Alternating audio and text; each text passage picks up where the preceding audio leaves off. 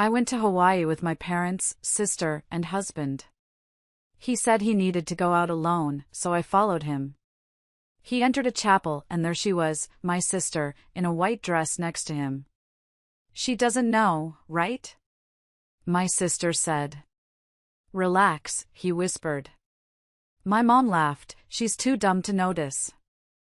I walked away in silence. When they came home, they froze at the doorstep. Hello everyone. Thank you for being here with me today. Before I begin my story, I'd love to know which city you're joining us from. Please feel free to share in the comments. Now, let me take you into this story. Winter in Boston has a way of stealing the light from the sky long before the day is truly done. I've always found it beautiful in a melancholy sort of way. I remember that particular evening, staring out of my office window on the 45th floor, watching the first snowflakes of the season begin their silent, lazy dance down to the street. The city below was a glittering tapestry of lights, a brilliant, man-made constellation against the deep, bruised purple of the encroaching night. My name is Audrey, and back then, I was Audrey Williams. On paper, my life was the kind of success story people write articles about. I'd clawed my way up the ladder on Wall Street to become a respected investment analyst, one of the few women in my division with a corner office. I had the view, the sharp, tailored pantsuits that felt like armor, and a reputation for being calm and decisive under pressure. The gentle click of my office door opening pulled me from my thoughts. It was my secretary, Patty, a sweet young woman with bright eyes and an even brighter future. She was holding a steaming mug. Ms. Williams? It's almost 8. I was making myself some tea and thought you might like one. I turned from the window, a grateful, tired smile touching my lips. Patty, you're a lifesaver. Thank you. I took the mug, the warmth seeping into my cold hands. You should be heading home. Don't stay late on my account. I'm just finishing up a few things, she said, her voice laced with the gentle concern she always showed me. But you look exhausted. Long day? The quarterly reports are always a beast, I admitted, taking a sip of the chamomile tea. But we're almost there. Well, don't forget you have a home to go to, she said with a knowing smile before quietly slipping out and closing the door behind her. Her words hung in the air. A home to go to. She was right. I closed my laptop, the finality of the click echoing in the grand, silent office. As I packed my leather briefcase, the weight of the documents and the expensive laptop felt heavier than usual. I was passionate about my work, I truly was. There's a unique thrill in untangling complex market data, in predicting the subtle shifts of the economy, a feeling of control and competence that I thrived on. But lately, the thrill had been fading. The long hours, the immense pressure, it was a grind. What I truly cherished, what my heart genuinely yearned for at the end of a day like this, was my home. My warm, cozy home, and the man waiting for me there. Gregory. My husband. The drive home was my transition, my decompression chamber.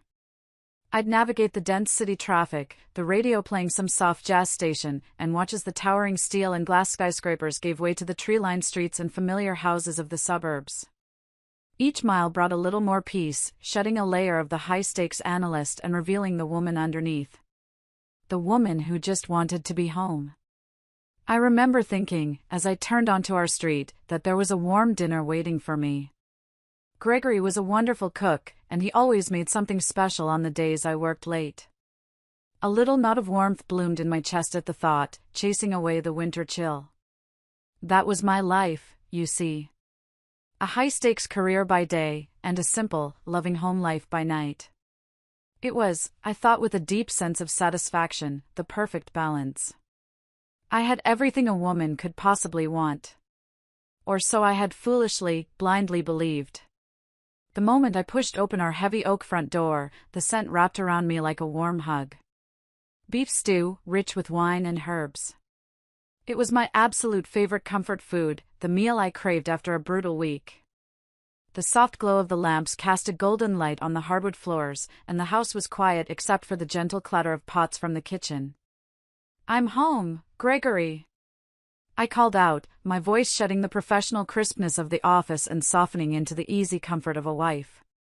My briefcase dropped to the floor with a heavy thud, and I kicked off my heels. He appeared in the kitchen doorway, a clean white apron tied over his work shirt, a wooden spoon in one hand. A smudge of flour was dusted on his cheek, and his smile, that slow, wonderful smile, reached his eyes. "Welcome home, Audrey," he said, his voice a low, gentle rumble. He walked over, wiped his hands on his apron, and wrapped his arms around me. He smelled of spices and home. "You worked late again. You must be exhausted." "A little," I admitted, leaning my head against his shoulder, melting into his embrace. The tension in my neck and back began to dissolve instantly. "But I feel better now that I'm home." Our house was our sanctuary. It wasn't a sprawling mansion like the ones some of my colleagues owned, filled with art they didn't understand in rooms they never entered. It was a proper home. A beautiful colonial in a quiet, tree-lined neighborhood that we had picked out together. I'll never forget the day we found it. Gregory had walked through the rooms, his eyes wide with a sort of hopeless admiration.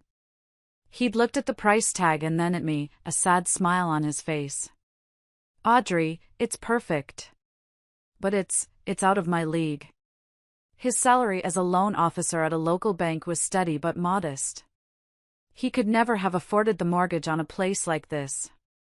I had looked at his dear, honest face, and without a second thought, I said, "Then it's a good thing it's in my league."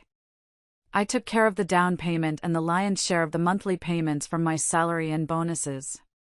When he protested, saying he felt inadequate, I'd simply squeezed his hand. "It's our home, Gregory. Your name is on the deed right next to mine. That's all that matters." And I'd meant it with every fiber of my being. I would have given him the world. We ate dinner at our small kitchen table, the one we'd found at a flea market, and refinished ourselves one sunny weekend. Between bites of the delicious stew, I listened as he told me about his day. He had this wonderful way of spinning stories about the little things. That day, he told me about a young couple, first-time homebuyers, who were so nervous their hands were shaking as they signed the mortgage papers. "You should have seen their faces, Audrey," he said, his own face animated with the memory. When it was all done, the woman started crying, and the husband just hugged her. They were so happy. It's moments like that, it makes the paperwork worth it. I loved these simple, everyday conversations. They were the anchor in my often turbulent world of volatile stocks and demanding clients. He made my life feel normal, real, grounded. He made me feel safe. He was my rock, my quiet harbor in a raging sea. After dinner, we curled up on the sofa together, a single Afghan spread over our laps, and watched some silly sitcom. His arm was around me, my head rested on his shoulder. I felt a profound sense of peace. This, I thought, was what true wealth looked like. As he was refilling my wine glass later that evening, Gregory mentioned, almost as an afterthought, "By the way, Heather called today." Just the mention of her name was enough to make the cozy warmth in the room drop by a few degrees. A familiar tightness gripped my chest. Heather was my younger sister, and our relationship was a tangled mess of love, resentment, and obligation. She was beautiful, stunningly so, the kind of woman who seemed to glide through life on a cloud of charm and effortless grace. But beneath the surface, she was adrift. She drifted from one part-time job to another, from one failed artistic pursuit to the next, all while remaining completely financially dependent on our parents, Walter and Joyce. And since my parents' retirement fund was propped up by my contributions, that meant Heather was, by extension, living on my dime. My parents had always enabled her. It had been that way since we were children. I remembered one Christmas vividly. I was 12 and had been begging for a proper chemistry set. I was fascinated by science, by how things worked. Heather, who was 10, wanted a ridiculously expensive porcelain doll from a fancy catalog. On Christmas morning, she got the doll. I got a sensible sweater and a book about women in science. "A chemistry set is too dangerous, Audrey," my father had said. And besides, this book is much more educational. Heather was the beautiful, delicate one to be coddled and spoiled. I was the smart, responsible one who was expected to understand. What did she want? I asked, trying to keep my voice neutral. I swirled the deep red wine in my glass, watching the way it clung to the sides. It's about that Hawaii trip your parents are planning, he said, settling back onto the sofa. They want all of us to go. The whole family. Next month. I stopped swirling. I slowly placed the glass on the coffee table.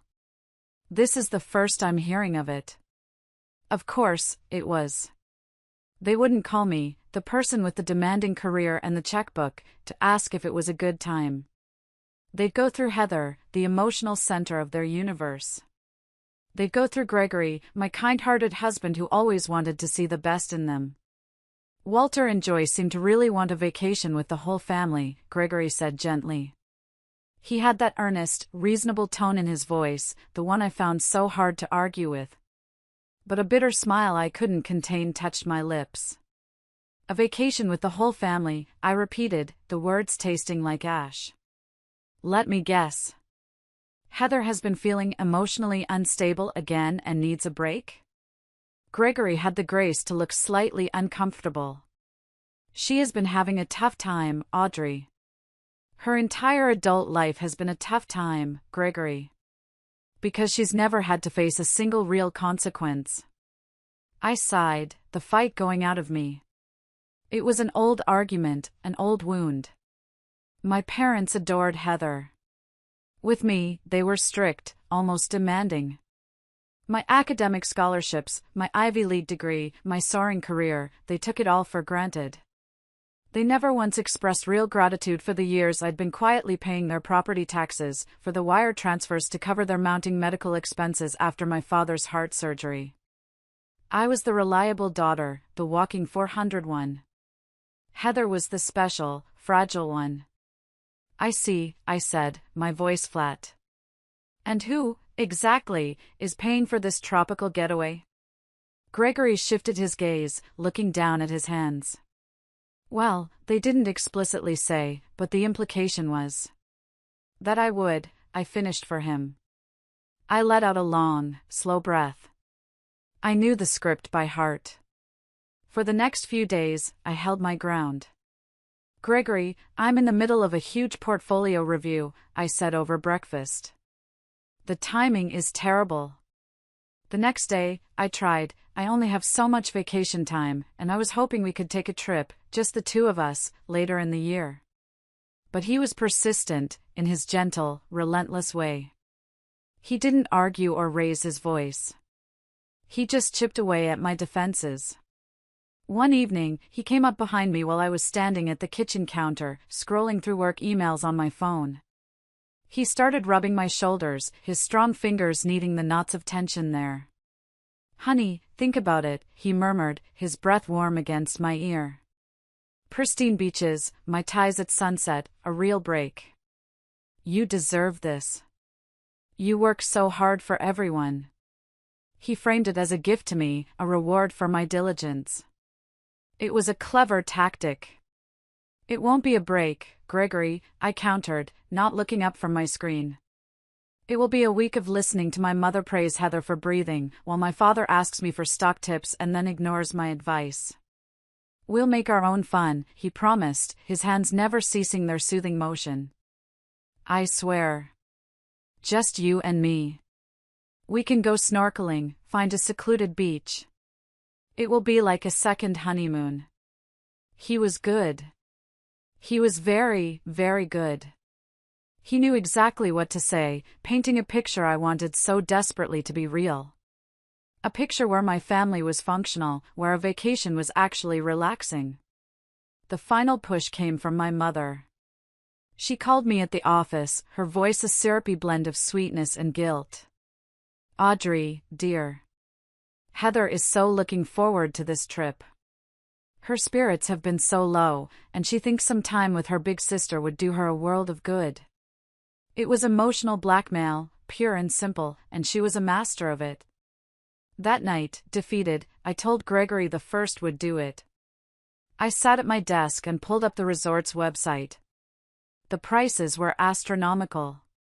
I booked the oceanfront suite for us, and 2 deluxe rooms for my parents and Heather.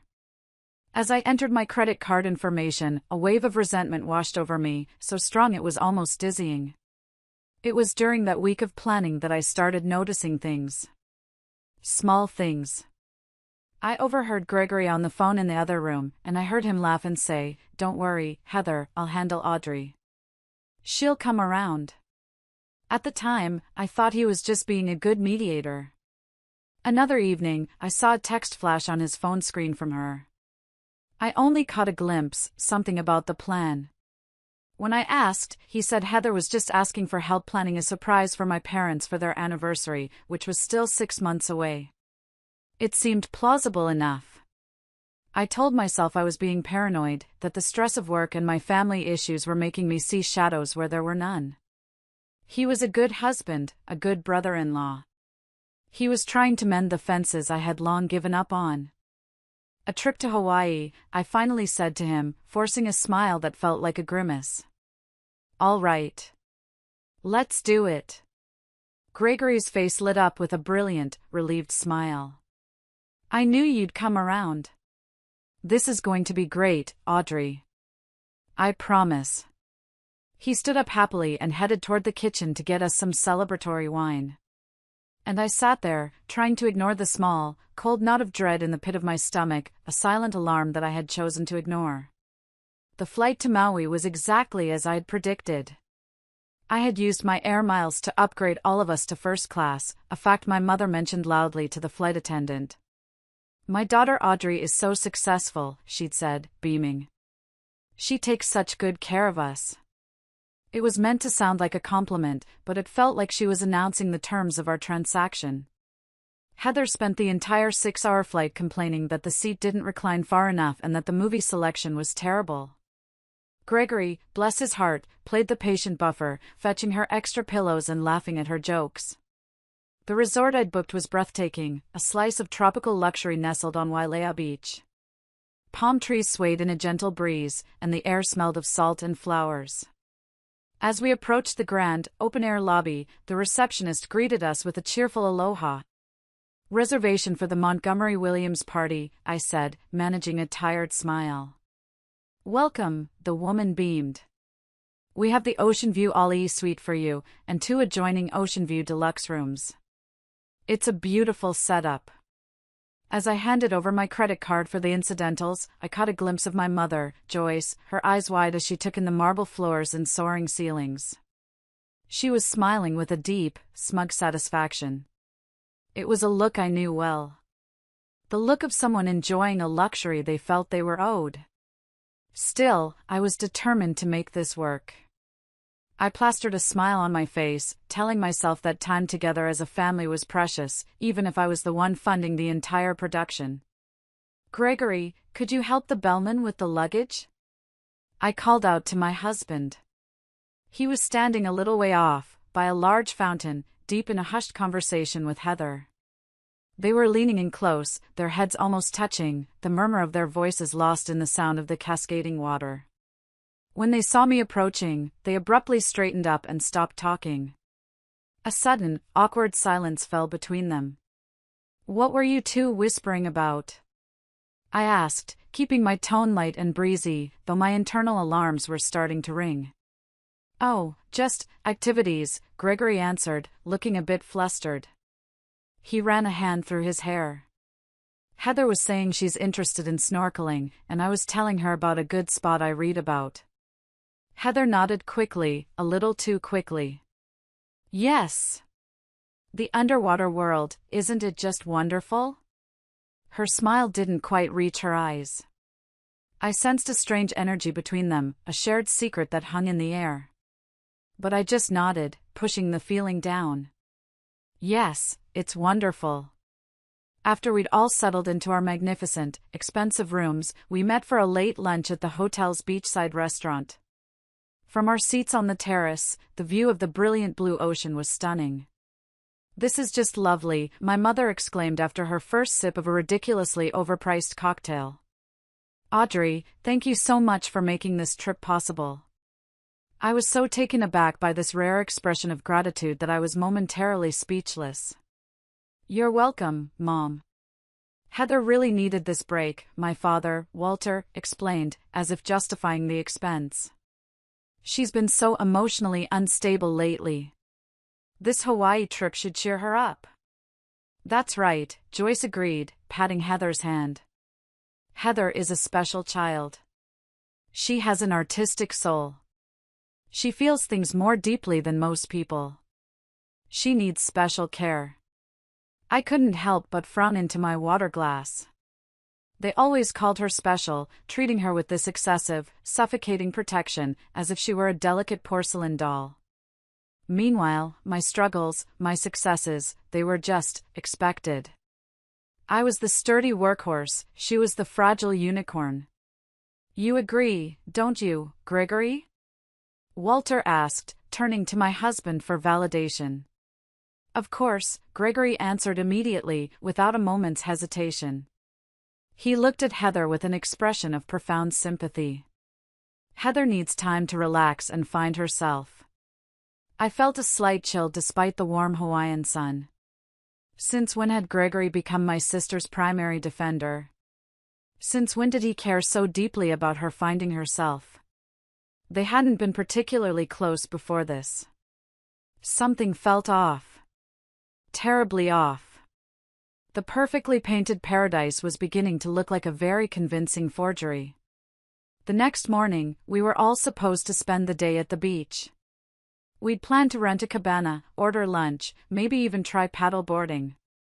We were at the sprawling breakfast buffet, piling our plates with pineapple, papaya, and pastries, when Gregory, who had been quiet all morning, suddenly stood up from the table. "I'm sorry, everyone," he said, folding his napkin and placing it on the table. He looked slightly uneasy, his eyes darting around. "I just got an urgent call from the bank." I looked up at him, my fork halfway to my mouth, a piece of mango suspended in the air. "A call from the bank? It's 7 a.m. in Boston. And you're in Hawaii." The excuse sounded flimsy, illogical. "Aren't you on vacation?" "Well, yes, but it's an important client issue," he said, and I noticed he wasn't looking at me. He was looking at a point just over my shoulder. "A problem with a major business loan. It's complicated, but I need to get on a few conference calls and handle it. It might take a few hours." He leaned down and gave my shoulder a quick, stiff squeeze. "I'll be back as soon as I can. You guys go on ahead to the beach." He walked away before I could ask another question, his pace brisk. After he left, a heavy silence fell over the table. I finally broke it, turning to my parents. "Isn't that strange? Gregory's job isn't like mine. He doesn't have international clients. I can't imagine an emergency that would require his immediate attention during a planned vacation." "Oh, Audrey, you're too suspicious," my mother sighed, dabbing her lips with a napkin in that delicate way she had. "Always expecting the worst. That's your problem. You analyze everything to death." "Your mother's right," Heather chimed in, her voice dripping with a faux, syrupy concern. "Gregory is just a responsible man. He's dedicated to his job. You should be proud of him instead of cross-examining him." Her defense was immediate and fierce, which was, in itself, suspicious. I fell silent, nodding numbly, but a seed of real, potent anxiety was taking root inside me. Their united front, their quick dismissal of my valid concerns, it felt rehearsed. I excused myself from the table, saying I'd forgotten my sunscreen in the room.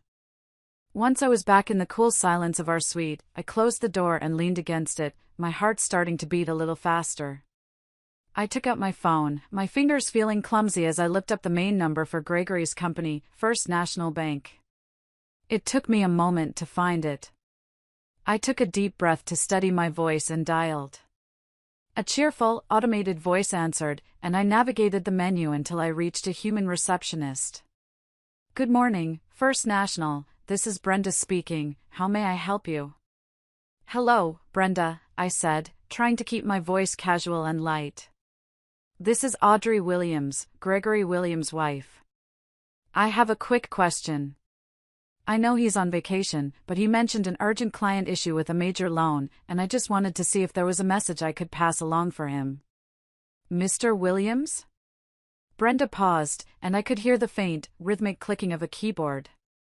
Let me see here. According to our records, ma'am, Mr. Williams is on a pre-approved vacation this week. I'm not seeing any flags or urgent client matters assigned to him. His out-of-office message directs everything to his supervisor. The air left my lungs in a silent whoosh. So there are no emergencies? No, ma'am. Not that I'm aware of. Everything looks quiet on his end. Can I help you with anything else? No, I said, my voice barely a whisper. That's all. Thank you. I hung up the phone. I stood there in the middle of the luxurious hotel room, the phone feeling like a cold, heavy stone in my hand. He had lied. It wasn't a suspicion anymore. It was a fact. Gregory had looked me in the eye and told me a bold, deliberate lie. The question wasn't just why. It was where was he? And what, or who, was he doing that required such an elaborate deception?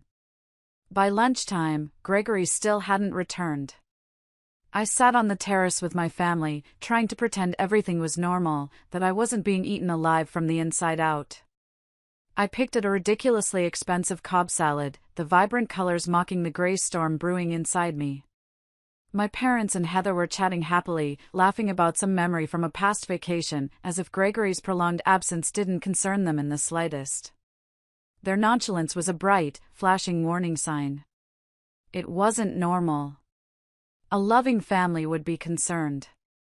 A loving family would be asking questions. Theirs was an act, and they were terrible actors. Suddenly, a cheerful notification chime came from Heather's beach bag, which was slung over the back of her chair. Heather, that's your phone, I said, my voice sharper than I intended. She jumped as if startled, then hurriedly reached into her bag and pulled out her phone. For a split second, as she angled the screen to read the message, my eyes, trained to scan data in milliseconds, caught the preview on the lock screen. All set for today? Can't wait. The sender's name was just one letter, G. My blood ran cold. It felt like a bucket of ice water had been dumped over my head. Heather quickly clutched the phone to her chest, her cheeks flushing a deep, guilty red. It's nothing, she said defensively, her eyes flicking nervously toward me. Just some travel consultation. I held her gaze, keeping my expression a perfect mask of calm curiosity. From whom? Just a tour guide, she stammered, that blush deepening on her cheeks. He's looking into some options for us. For an excursion. I nodded slowly, quietly. I didn't push. I didn't call her out. I didn't want to show my hand. But inside me, a hurricane was beginning to rage. G was almost certainly Gregory. And what preparations were they referring to? What options? It was all there, the whispers, the lies, the secret texts. They weren't just cracks in the facade anymore. The entire foundation of my life, my marriage, my family, was crumbling into dust right before my eyes. I took a slow sip of my iced tea, the cold glass a stark contrast to the heat rising in my chest. Then I looked at my mother, then my father, then my sister. Their faces were studies in feigned innocence. And in that moment, I knew with a bone-deep certainty. They were all in on it. Whatever it was, they knew. They were his accomplices. I leaned back in my chair, the picture of calm. My analyst brain, the part of me that stayed cool under pressure, was taking over. Emotion was a liability. I needed data. I needed proof. You know, I said, my voice dangerously quiet, a stark contrast to the cheerful chatter around us. If Gregory says he's going out alone again tomorrow, I'm going to follow him. My mother, Joyce, gasped dramatically, placing a hand on her chest. Audrey! What a terrible thing to say. Following your own husband? That's insane. A marriage is built on trust. Your mother is right, Audrey, Heather said, her voice smooth and persuasive as a serpent's. You're just being paranoid. You're letting your high-stress job get to you. You need to relax. But it wasn't paranoia. It was intuition, a gut feeling so strong it was a physical certainty. Something was fundamentally, deeply wrong, and I was going to find out what it was. If there's nothing to hide, I said, my eyes locking onto Heather's, a silent challenge passing between us, then there's no problem, is there? She looked away first. The morning sun cast a brilliant, almost tauntingly cheerful golden glow over the Maui ocean, but I hadn't slept a wink. I had lain there all night, motionless, watching the slow rise and fall of Gregory's chest beside me. The face of the man I thought I knew, so peaceful in sleep, was now a stranger's mask. I spent the dark, lonely hours not in sorrow, but in meticulous planning. I was an analyst, after all. And this was the most important analysis of my life. At breakfast, the charade continued. Gregory was nervously checking his phone every few seconds, his leg bouncing under the table. Sorry, he finally announced, clearing his throat and avoiding my gaze. I have another work errand today. Same issue as yesterday. They need me to go sign some documents in person at an affiliate office. The lie was getting more elaborate, more desperate. I looked at him, my expression a blank canvas. What kind of errand, Gregory? Well, it's complicated. A legal thing. A problem I couldn't resolve over the phone yesterday, he said evasively. I need to go out for a bit. I'll be back by the afternoon, I promise. I glanced at my parents and Heather. They said nothing. They just continued eating their pancakes, drizzling them with coconut syrup as if this was the most normal thing in the world. As if they had been expecting it. Gregory, I said, my voice low and steady, a clear warning he failed to heed. If you are lying to me, tell me honestly right now. He frowned, a flash of irritation in his eyes. He was a bad liar, and he was getting angry that I was questioning his bad lies. What are you talking about? I'm just going to deal with a work thing. Can you please drop it?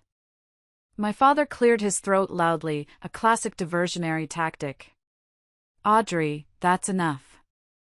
Trust your husband. This suspicion of yours isn't healthy. That's right, my mother agreed, her tone sharp and critical. You always expect the worst in people. That's why you can't be happy. I closed my mouth, but my resolve hardened into a diamond-sharp point. I nodded silently and finished my breakfast. After Gregory kissed me goodbye, a quick, dry peck on the cheek that felt like a brush of cold air, and left, I waited exactly 10 minutes. Then I stood up. I'm going to do some shopping at the Whalers' Village, I announced to my parents. They looked visibly relieved. Oh, that's a lovely idea. Have fun, dear, my father said. Heather forced an unnatural smile. Hope you find some nice souvenirs.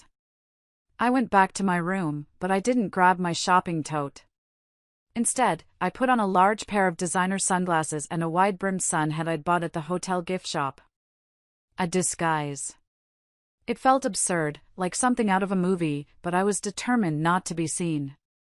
By the time I left the hotel lobby, moving quickly, I could still see Gregory's figure in the distance. He was walking quickly down the beach road, heading toward a taxi stand. I ducked behind a large, ornate potted palm, my heart hammering against my ribs, and waited for him to get into a cab. As his taxi pulled away, I stepped up from my hiding spot and quickly flagged down the next one in line. I slid into the back seat, the vinyl sticking to my skin. My voice was clipped and urgent. See that taxi up ahead? The yellow one?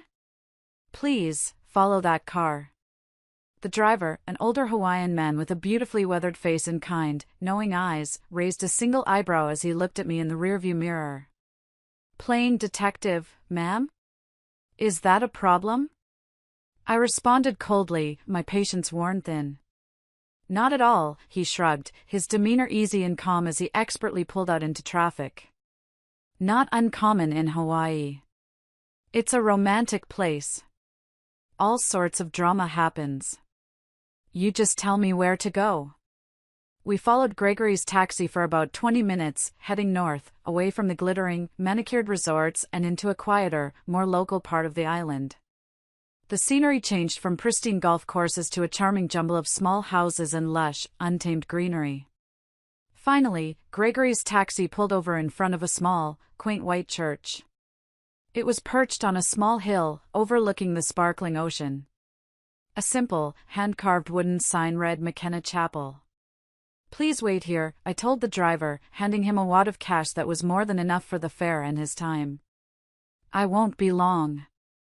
I got out of the car, my legs feeling unsteady, like they were made of jelly. I hid behind a thicket of flowering hibiscus bushes across the street and watched as Gregory, my husband, adjusted his shirt, ran a hand through his hair, and walked up the steps and disappeared inside the chapel. My breath caught in my throat. This was it. The moment of truth. When he was gone, I took a deep, shuddering breath and crossed the street.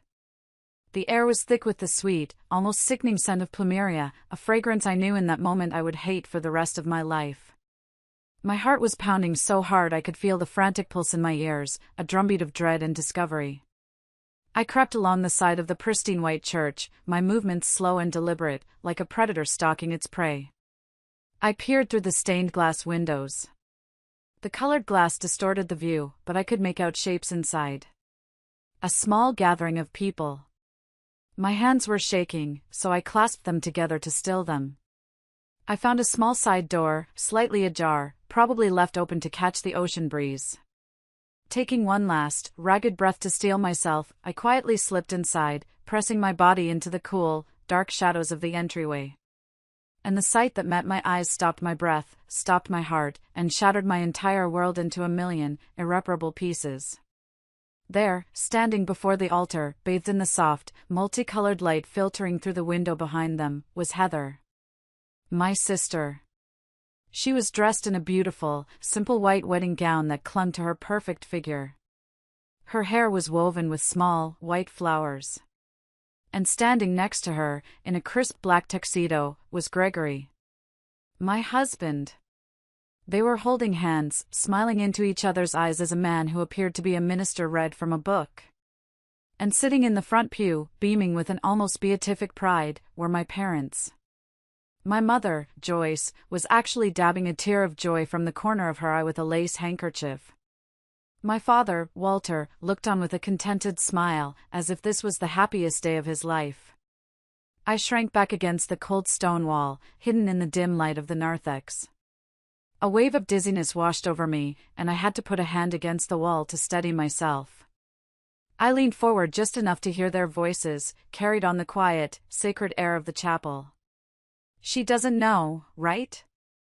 It was Heather's voice, anxious and high-pitched, a childish whisper that grated on my nerves. "Don't worry, relax," Gregory answered, squeezing her hand. His voice was a low, soothing murmur that I knew so well, a voice that had told me he loved me 1,000 times, a voice that had promised to cherish me in sickness and in health. "She doesn't suspect a thing. She's so oblivious, wrapped up in her work, she'll never notice." My mother laughed, a short, sharp, ugly sound that desecrated the holy space. "Audrey's head is always full of work and numbers. She can't even begin to imagine our clever little plan." "What happens after the wedding?" my father, Walter, asked, his voice practical. Gregory's voice turned cold, calculating, the voice of an analyst, not a lover. A tone I had never heard before.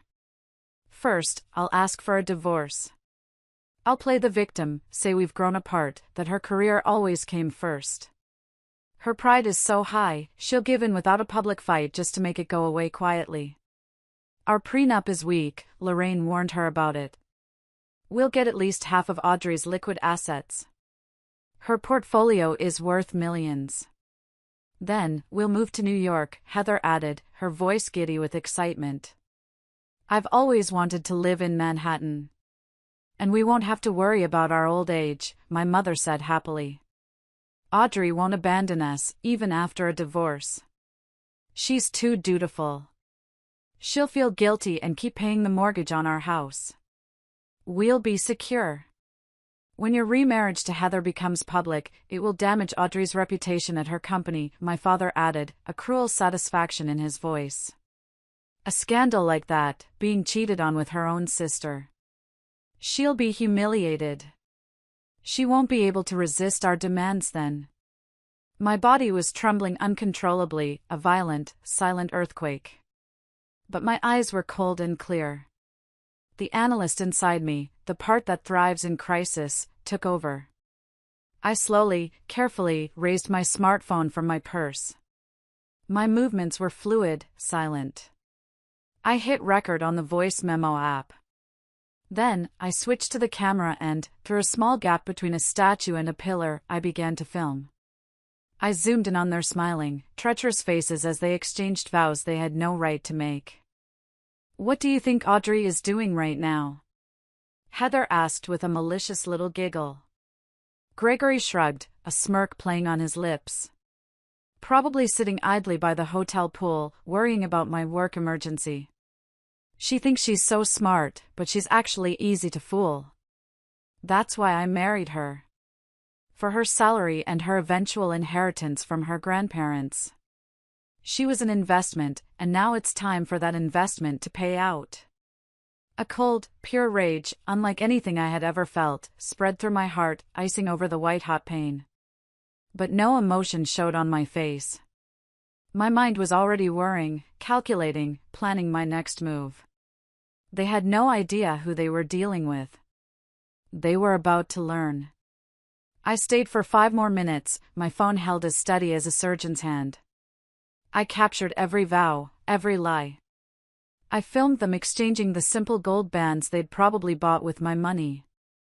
I filmed them sharing a kiss at the altar, a grotesque parody of a sacred moment. I filmed my parents, Walter and Joyce, applauding with tears in their eyes. Once I was certain I had gathered more than enough evidence, undeniable, irrefutable, legally damning proof of their conspiracy, I quietly slipped back out the side door.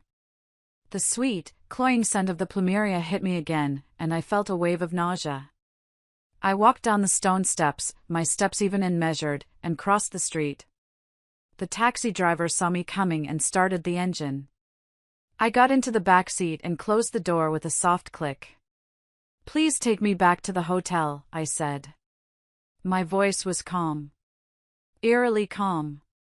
Are you all right, ma'am? The driver asked, his kind eyes looking at me in the rearview mirror with genuine concern. You look pale. Like you've seen a ghost. Yes, I replied, my voice devoid of any tremor, any hint of the cataclysm that had just occurred. I'm fine. I looked out the window at the passing palm trees, at the brilliant blue sky that seemed to mock the darkness that had just consumed my life. I just need to make some significant changes to my life plans. He nodded, sensing he shouldn't ask any more questions. We drove the rest of the way in silence. In my mind, the hurt was already crystallizing, transforming. The soft, wounded part of me, the loving wife and dutiful daughter, had died in that church. And in her place, something else was being born. Something hard, and sharp, and powerful. They thought I was a fool. They thought I was a piggy bank. They thought I would crumble and cry. They had underestimated me. They had no idea that the same mind that could predict the rise and fall of global stock markets could also orchestrate a downfall of a very different, very personal kind. They had just made the worst investment of their lives. And I was about to make them pay. In full. If you've listened this far, it would mean the world to me if you could like this video and just comment the number 1 down below. It lets me know you're still here, on this journey with me. Your support is a huge encouragement for me, so please, comment with a 1 so I can see you. And now, let me tell you what happened next. Back at the hotel, I walked through the opulent lobby, my posture perfect, my expression serene. I nodded politely at the concierge who greeted me by name. I rode the glass elevator up to our floor, my reflection a pale, determined ghost. I entered our suite and locked the door behind me with a decisive click. For a moment, I just stood there in the entryway, the silence of the room pressing in on me. I looked at the king-sized bed with its pristine white sheets, the bed I had shared with that monster. I saw his clothes spilling out of his open suitcase on the luggage rack. A gaudy Hawaiian shirt he'd bought yesterday. And I felt nothing. The pain was a distant, buzzing hum, completely overridden by a cold, clear sense of purpose. The time for tears and heartbreak would come later. Maybe. Right now, it was time for action. I walked over to the desk, sat down, and opened my laptop. My fingers flew across the keyboard, my movements efficient and precise. There was no hesitation. I knew exactly what needed to be done. The first email was to my lawyer, Lorraine Vance. We had been friends since college, and she was the sharpest, most ruthless divorce attorney in Boston. She hated bullies and cheats. She was perfect. Subject: urgent legal action required, Williams versus Williams. Lorraine. I need urgent legal advice and immediate action. I have irrefutable video and audio evidence of my husband, Gregory Williams, attempting to commit bigamy with my sister, Heather Montgomery. I also have evidence of a conspiracy between Gregory, Heather, and my parents, Walter and Joyce Montgomery, to defraud me of my assets upon a planned divorce. Please review the attached encrypted files immediately. Prepare divorce proceedings on the most favorable terms possible. I want to leave him with nothing but the clothes on his back. Also, please advise me on the swiftest legal method to cease all financial support to my parents. I will call you from a secure line tomorrow morning at 9 a.m. Eastern Standard Time to discuss strategy. Regards, Audrey. I created an encrypted folder, uploaded the damning files from my phone, and attached it. Click. Sent. The next email was to my private banker, a quiet, meticulous man named Tom Sterling who had managed my portfolio for nearly a decade. Subject: urgent and confidential, secure all assets immediately. Tom. Effective immediately, I need you to execute the following. First, move all assets, stocks, bonds, and liquid cash currently held in my name or in any joint accounts into new, separate, individual accounts accessible only by me. Second, freeze all joint credit cards and lines of credit. Third, prepare all necessary documentation to initiate the immediate sale of our primary residence. I have reason to believe my husband is a significant financial risk. I will be in your office on Monday to sign all necessary paperwork. Discretion is paramount. Audrey Williams. Click. Sent. Finally, I emailed the head of HR at my firm. Subject: early return from vacation. Lisa. Due to a severe personal family emergency, I must return from my vacation earlier than planned. I have booked the red-eye flight back to Boston tonight. I will be back in the office, resuming my normal duties, this coming Monday. Thank you for your understanding. Audrey. Click. Sent. After the emails were dispatched, I opened my suitcase and began packing. I moved with a mechanical, detached efficiency. I folded only my own clothes, took only my own toiletries, my books, my laptop. I touched none of his things. I saw a framed photo of us on the nightstand, taken on our first anniversary. We were smiling, happy. I picked it up, looked at the face of the man I had loved, and felt a flicker of something, pity, perhaps, for the woman I used to be. I placed the photo face down on the table. As I packed, I smiled quietly, a humorless stretching of my lips. They didn't know the real me. They only knew the version of me I allowed them to see, the dutiful daughter, the loving, generous wife. They had no concept of the calm, calculating analyst who could liquidate a failing, toxic asset without a moment's hesitation. And that's exactly what they had all become. A toxic asset. You chose the wrong person to cross, I whispered to the empty, silent room, turning my back on the beautiful Maui ocean visible from the window. I left a short note at the front desk, addressed to my family. Had to leave early for an urgent business emergency. Enjoy the rest of your vacation. That was it. Just that cold, simple, plausible message. Let them have their honeymoon. The real world would be waiting for them when they got back. The red-eye flight back to Boston was a strange, surreal bubble of time. While other passengers slept or watched movies, I sat with a legal pad and a pen, my laptop open on the tray table. I didn't rest. I stared out the window at the endless, inky black sea of clouds and hardened my heart, meticulously formulating every step of my multi-pronged attack. This wasn't just an emotional retaliation. This was a strategic takedown, and I would leave no stone unturned. Upon arriving at my house, I didn't even pause to sleep. I showered, changed into one of my most formidable business suits, and headed straight to Lorraine Vance's office downtown. She was waiting for me, a file open on her desk and a look of cold fury in her eyes. "Audrey, I've seen the files," she said, her voice tight with anger on my behalf. "I've been doing this for 20 years, and I thought I'd seen everything. This is monstrous. This isn't just infidelity. This is a calculated, premeditated conspiracy to commit fraud. We can annihilate him." "Good," I said calmly, taking the seat opposite her. "That's the plan. Annihilation. What are our first steps?" For the next 2 hours, we mapped out the strategy on a large whiteboard in her office. We discussed assets, stocks, property deeds, and legal precedents. Lorraine was brilliant, suggesting avenues I hadn't even considered.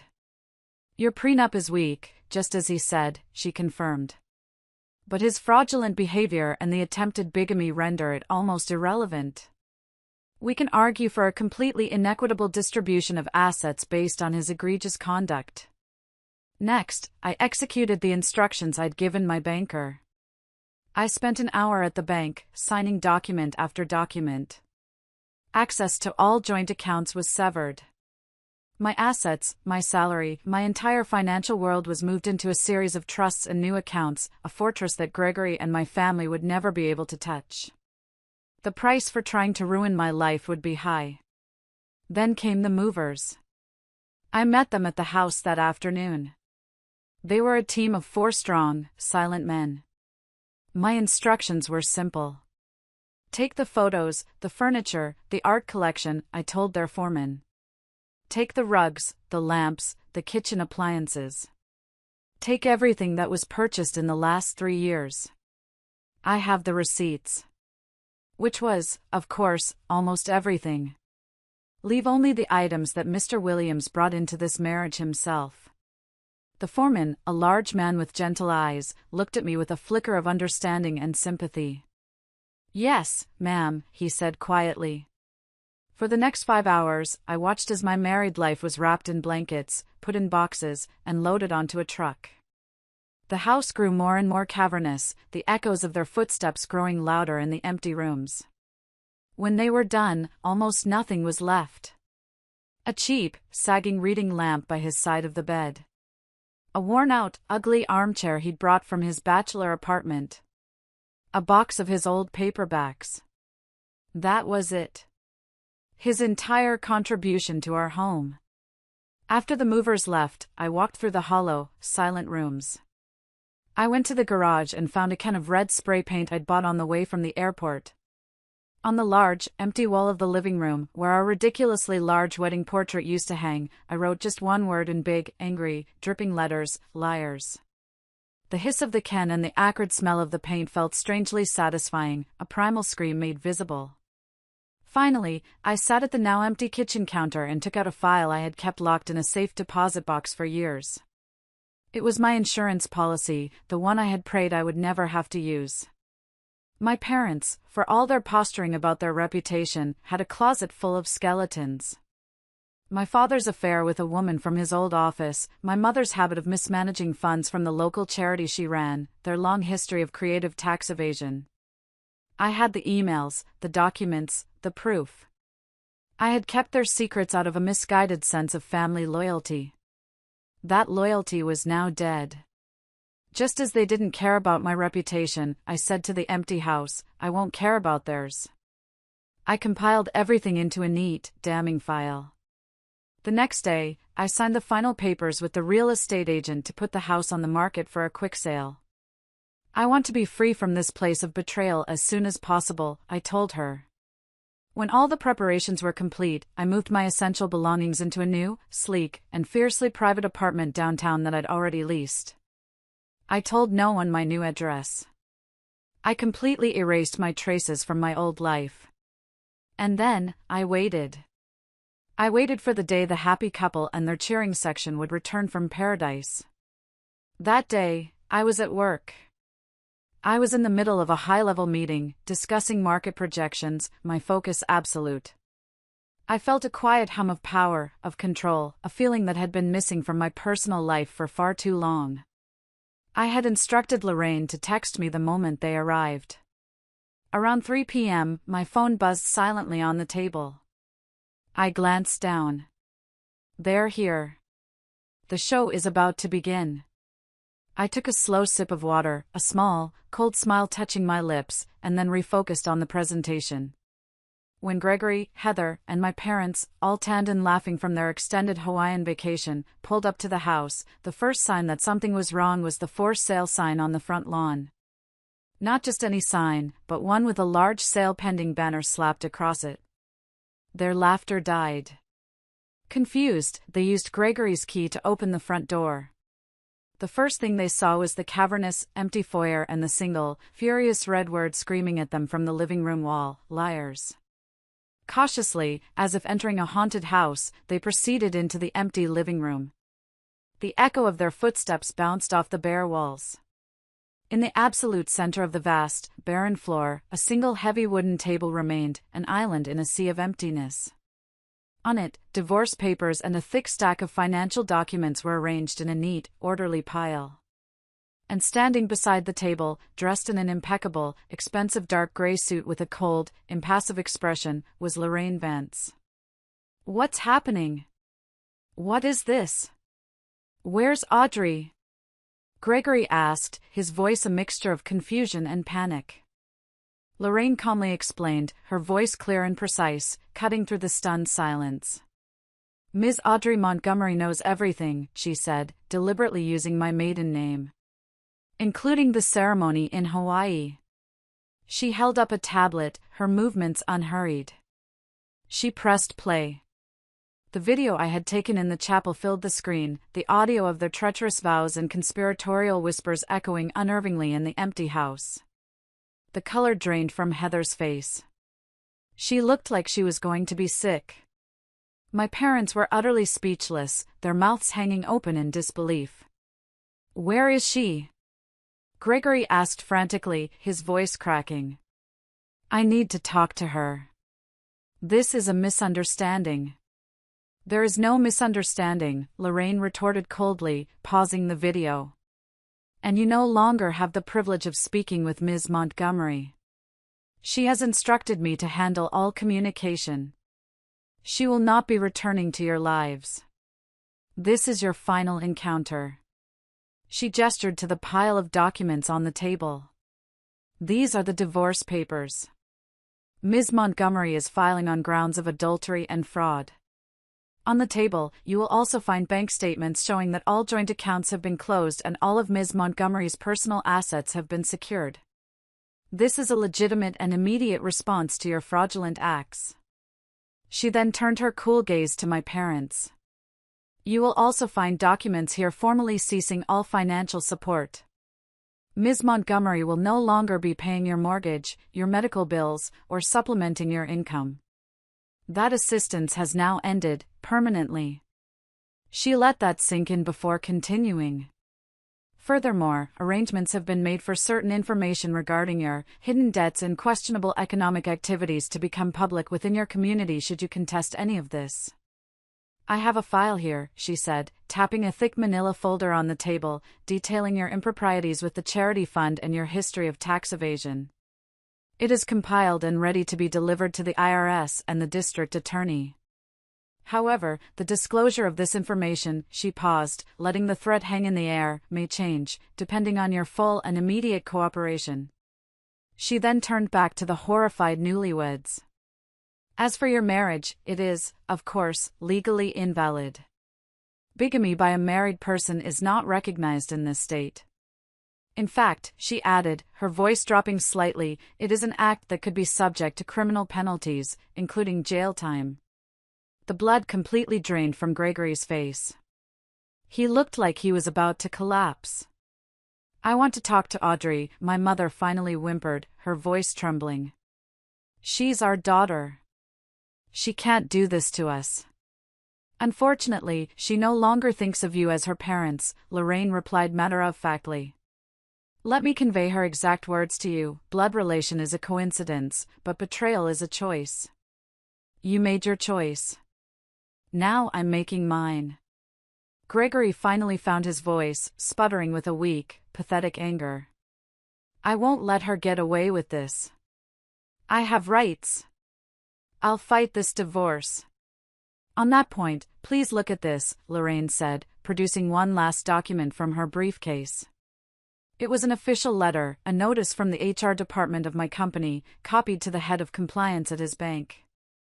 An official inquiry has been filed with your employer, Mr. Williams, reporting that there are serious questions about your integrity, character, and potential criminal conduct. Your position at the bank, and indeed your entire career in finance, is now in jeopardy, Lorraine informed him calmly. If you choose to fight this divorce in any way, Ms. Montgomery is prepared to release all of the evidence you saw on this tablet to the media. The choice is yours. As they stood there, utterly broken and defeated, 2 uniformed security guards I had hired appeared silently at the front door. Lorraine gestured to them. These gentlemen will escort you while you collect any personal belongings you believe are still on the premises. You have 24 hours to vacate the property. The house is under contract and the new owners will be taking possession next week. Their grand plan, their entire future built on my money and my heart, had crumbled into dust in an instant. They were left with nothing but the clothes on their backs and the consequences of their own bottomless greed and betrayal. 2 years passed. The view from my new office was even more spectacular.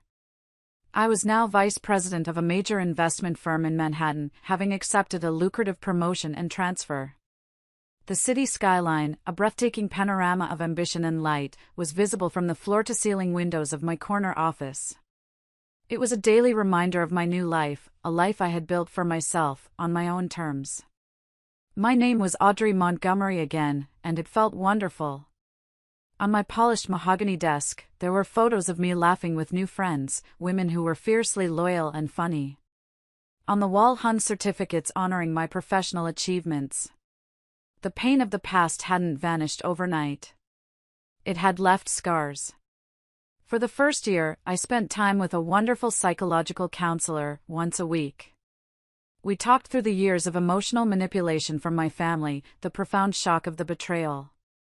She helped me understand that their actions were a reflection of their own brokenness, not a measure of my worth. She helped me learn to trust again, starting with trusting myself. True strength, I had written in my journal after one session, is having the courage to stand up for yourself, even if you're standing alone. One afternoon, there was a soft knock on my office door. Come in, I answered, looking up from a report. A man with a warm, crinkly smile and kind eyes peeked his head in. Just came to confirm our lunch date before the big board meeting, Russell Croft smiled at me. He was a tenured professor of economic history at Columbia University, a brilliant, funny, and deeply gentle man whom I had met at an investment seminar a year ago. We had started with coffee, which turned into dinner, which turned into weekends exploring the city. He was now my partner. Of course, I haven't forgotten, I returned his smile, the gesture feeling easy and natural. His presence brought a sense of peace and stability to my life that I had never known before. He loved me for my mind, for my sharp wit, for my resilience. He never once asked about my finances. With him, I felt seen, cherished for who I was, not for what I had. That weekend, I hosted a barbecue party in the garden of my new home in a quiet, leafy suburb outside the city. It wasn't a mansion, but it was mine, filled with light and laughter and good food. Surrounding me were the people I had chosen as my family, my loyal friends, respected colleagues, and Russell, who stood by my side, his hand resting gently and reassuringly on the small of my back. "Let's make a toast," I said, raising my glass of champagne, the bubbles sparkling in the late afternoon sun. To new chapters, to chosen families, and to the courage to choose your own happiness. Everyone cheered, their voices a warm chorus of affection. As I looked around at their smiling faces, I finally understood a profound truth. True family isn't about blood relations or shared last names. It's about the relationships you build, the ones where people respect you, support you, and celebrate your worth unconditionally. Before heading to that life-changing lunch with Russell, I had been cleaning up my desk and had come across a small newspaper clipping from a suburban Chicago paper, sent to me by an old college friend who lived there. I didn't keep it out of malice, but as a quiet, somber reminder. It wasn't a big article, just a few paragraphs in the local news section. It detailed the harsh, unforgiving reality my former family now faced. They had moved to a dreary suburb of Chicago to escape their shame and their creditors. Gregory had never recovered professionally. His reputation in the tight-knit banking industry was destroyed. The article mentioned he was last seen working a low-wage job as a shift manager at a big-box store.